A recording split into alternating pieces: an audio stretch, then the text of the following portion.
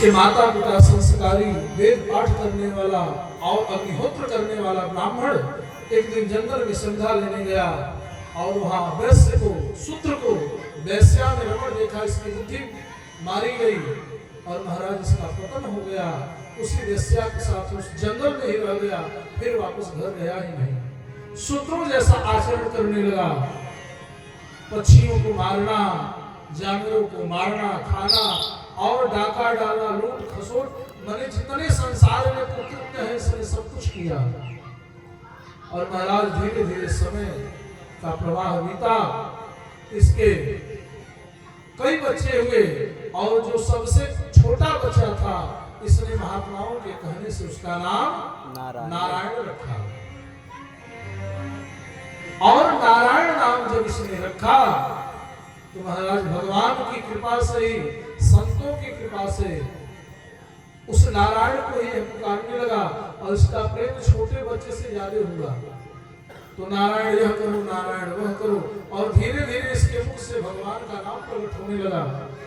देखिए भगवान के नाम लेने से क्या होता है, भगवान के नाम में वह सामर्थ्य है कि वह पापी से पापी व्यक्ति के भी मन को पवित्र कर देता है। प्रभु का नाम ओम अपवित्र पवित्रो वा, जो भगवान का वह नाम है वह अपवित्र को भी पवित्र कर देता है, और अंदर ही नहीं बाहर ही नहीं संपूर्ण जहां भी प्रभु का नाम संकीर्तन होता है वह वातावरण ही पवित्र हो जाता है।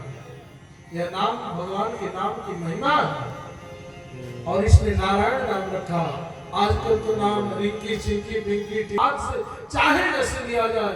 और बंधुओं अंतिम समय जब इसका आया तो महाराज इसके सामने काले काले यमराज के दूत दिखाई देने लगे, और जब यमदूत दिखाई देने लगे तो महाराज और किसी में तो इसकी आसक्ति नहीं थी, छोटे पुत्र से बड़ा प्रेम करता था और पुकार उठा कि हे नारायण बचाओ, नारायण बचाओ। और जब प्रभु के नाम का इसने, देखिए ये नामाभास की महिमा है, और जो विशुद्ध नाम है अगर उसका कोई भाव से जप करे तो फिर क्या कहता है, नामाभास कितनी महिमा है। भगवान के तत्क्षण पार्षद प्रकट हो गए, और भगवान के जब दूत प्रकट हुए तो महाराज इसने दर्शन किया। अब जब भगवान के क्यों सर्वदातक निशिसि अपहरई संत दर्श जिन पातक टरे, संत के दर्शन से पाप टल जाते हैं। ये संत के दर्शन का प्रभाव है। भगवान के पार्षदों का इसने जब दर्शन किया तो महाराज इसके सारे पाप ताप दूर हो गए, और भगवान के पार्षद उन यमराज के दूतों को धक्के मार के खदेड़ दिए और कहे कि यह एजेंट हमारा है।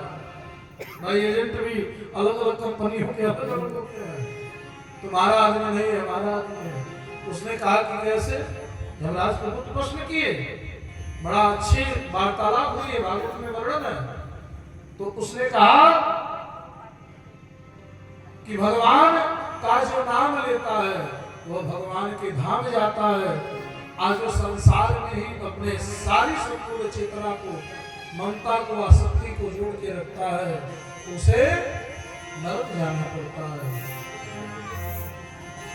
उसने कहा कि अपने पुत्र को बुला रहा, भगवान को नहीं बुला रहा है।